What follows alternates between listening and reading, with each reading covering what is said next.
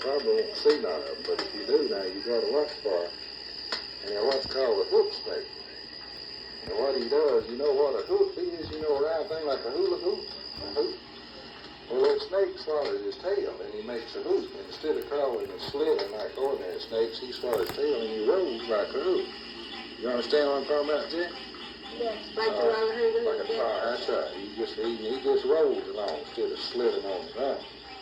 And they're kind of scarce, but they're very poison. When you see one of them, you better get out of his way. I was squirrel hunting right back up here on this hill one time. I was really big in the jet.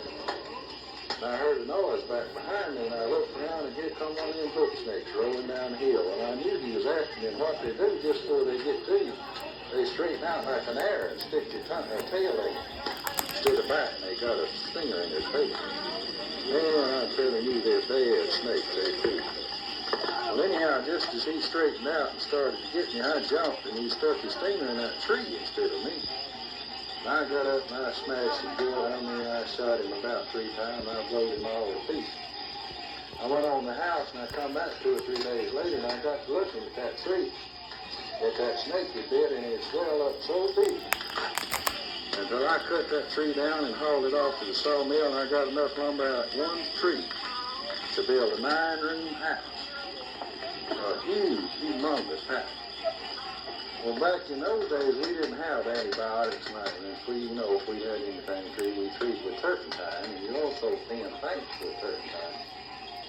And I thinned my paint with turpentine, and when I painted that house with that paint, that turpentine drew out all the poison, and that tree went back to, and I wound up with a 9-room birdhouse.